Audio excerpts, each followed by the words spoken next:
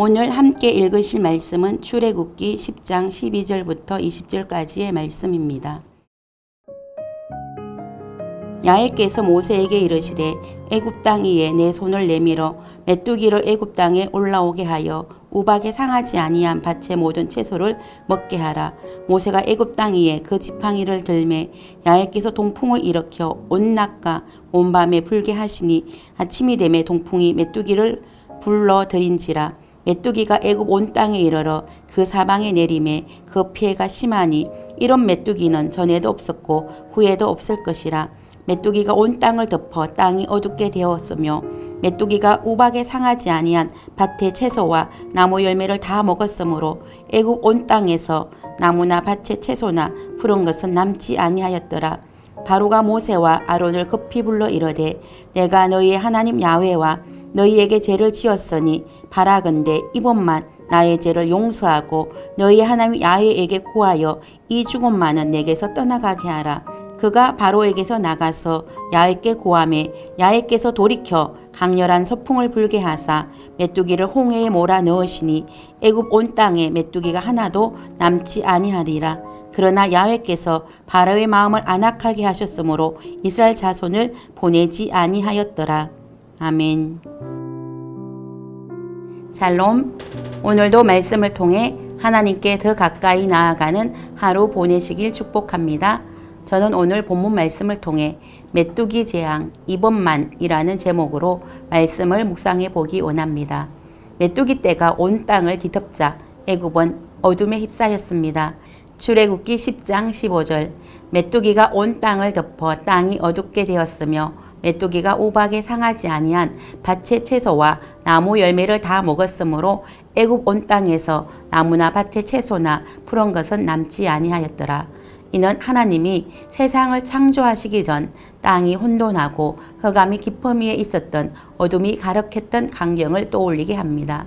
메뚜기 재앙은 애굽을 창조 이전의 무질서와 혼돈의 모습으로 되돌릴 만한 재앙이었습니다. 2020년 본 아프리카에 때 아닌 메뚜기 떼가 창궐해 서울의 10배 이상의 면적을 휩쓸고 갔은 적이 있었습니다. 메뚜기 떼의 피해를 입은 케냐, 소말리아, 이디오피아, 우간다, 탄자니아 지역은 엄청난 식량난을 잊게 되었습니다. 사막 메뚜기의 크기는 성인 남자 손가락 정도입니다. 몸무게가 2g에 불과하지만 매일 자신의 몸무게만큼 곡식을 먹는 등 앙숭한 식욕을 자랑합니다. 실제 1제곱킬로미터 규모의 메뚜기 떼가 지나가면서 먹어치우는 농작물은 35,000명의 하루치 식량에 맞먹는다고 합니다. 이렇게 식성이 좋다 보니 메뚜기 떼가 창궐한 지역은 막대한 피해를 볼 수밖에 없었습니다. 또한 메뚜기 떼가 무서운 이유는 번식력과 그 기동성 때문입니다. 사막 메뚜기는 3개월에서 6개월 동안 생존이 가능한데 암컷 메뚜기 한 마리당 연간 300개의 알을 낳고 최소 2세대에서 5세대에 걸쳐 메뚜기를 번식시킵니다. 특히 비가 많이 내리는 등 적합한 환경이 충족되면 개체 수는 기하급수적으로 늘어납니다. 또한 메뚜기는 엄청난 기동성을 보이는데 바람을 타면 하루에 150km를 이동할 수 있어 그야말로 공포의 대상입니다. 오늘 본문에서는 이 메뚜기 떼가 동풍을 통해 애굽에 날아왔습니다. 출애굽기 10장 13절 모세가 애굽 땅 위에 그 지팡이를 들매 야훼께서 동풍을 일으켜 온 낮과 온 밤에 불게 하시니 아침이 되매 동풍이 메뚜기를 불러들인지라.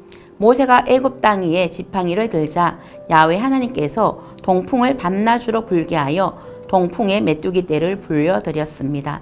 그리하여 우박에 상하지 아니한 밭의 채소와 나무의 열매를 다 먹었으므로 애굽 온 땅에서 나무나 밭의 채소나 푸른 것은 남지 않게 되었습니다. 이스라엘 백성들이 그들의 하나님을 섬기도록 하지 않으면 애굽이 망할 것이라는 신하들의 충언을 무시하고 끝까지 자기 고집을 부렸던 바로 왕은 다급한 마음에 모세와 아론을 불러들였습니다. 내가 너희의 하나님 야훼와 너희에게 죄를 지었으니 바라건대 이번만 나의 죄를 용서하고 너희의 하나님 야훼께 구하여 이 죽음만은 내게서 떠나가게 하라 라고 간청했습니다. 바로는 우박지향이 임했을 때와 마찬가지로 자신이 하나님께 죄를 짓게 되었다고 고백했습니다. 그리고 이번만 자신의 죄를 용서해 줄 것을 간청했습니다. 왜 바로 왕은 이번만 자신의 죄를 용서해 줄 것을 간청했습니까? 이러다가는 백성들은 물론이고 자신마저도 굶어 죽게 될 지경이 되었기 때문입니다. 그래서 바라건대 이번만 나의 죄를 용서하고 너희의 하나님 야훼께 구하여 이 죽음만은 내게서 떠나가게 하라고 간청한 것입니다. 혹시 여러분도 바로처럼 이렇게 간구했던 적이 없습니까? 혹시 이 단어가 여러분에게 익숙한 단어는 아닙니까? 주님, 이번 한 번만 용서해 주십시오. 앞으로는 하나님의 말씀에 절대 순종하며 하나님만 섬기는 삶을 살겠습니다. 하나님, 이번 한 번만 살려주십시오. 다시는 똑같은 죄를 짓지 않겠습니다. 이번만이라는 말 속에는 우리의 인생에 절박함이 녹아 있습니다.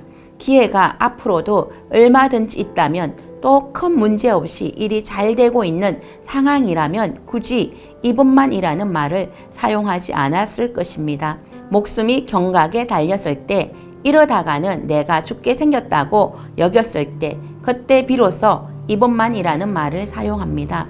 바로는 메뚜기 재앙을 통해 이러다가는 자신도 죽을 지경에 도달했다고 생각했습니다. 메뚜기 재앙 앞에 자신의 죄를 용서해 주기를 간구한 바로는 강렬한 서풍에 메뚜기 떼가 홍해에 몰살당하자 곧바로 그 마음을 돌이키고 이스라엘 자손을 보내지 않았습니다. 이번 한 번만 살려달라고 간절히 간청한 그때의 그 마음을 손바닥 뒤집듯이 뒤집어 버렸습니다. 어려울 때는 모세에게 기도해서 어려움이 지나가게 해달라고 간청하고 그 어려움이 사라지면 다시 마음이 굳어지면서 말을 바꾸었습니다. 같은 잘못을 반복하면서도 깨닫지 못하는 것, 그것이 어리석은 자의 모습입니다. 죄인들은 언제나 한 번만 죄를 짓지 않습니다. 같은 죄를 반복합니다. 저와 여러분도 바로처럼 살만해지면 하나님과의 약속을 쉽게 잊어버리고 태도를 180도로 돌변하는 일이 없기를 바랍니다. 같은 죄를 반복하는 어리석은 삶을 살지 않기를 바랍니다.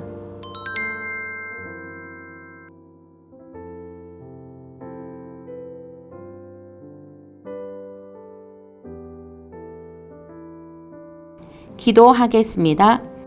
애굽의 바로 왕은 메뚜기 재앙을 통해 자신의 죄를 용서해 주기를 구했고 이번 한 번만 살려달라고 간청했지만 모든 메뚜기 떼가 서풍에 날려 홍해에 몰살당하자 자신의 간청을 까맣게 잊어버리고 이스라엘 백성들을 내보내지 않았습니다. 바로처럼 반복적인 죄를 짓는 어리석은 자가 되지 않게 하옵소서. 예수님의 이름으로 기도드립니다. 아멘.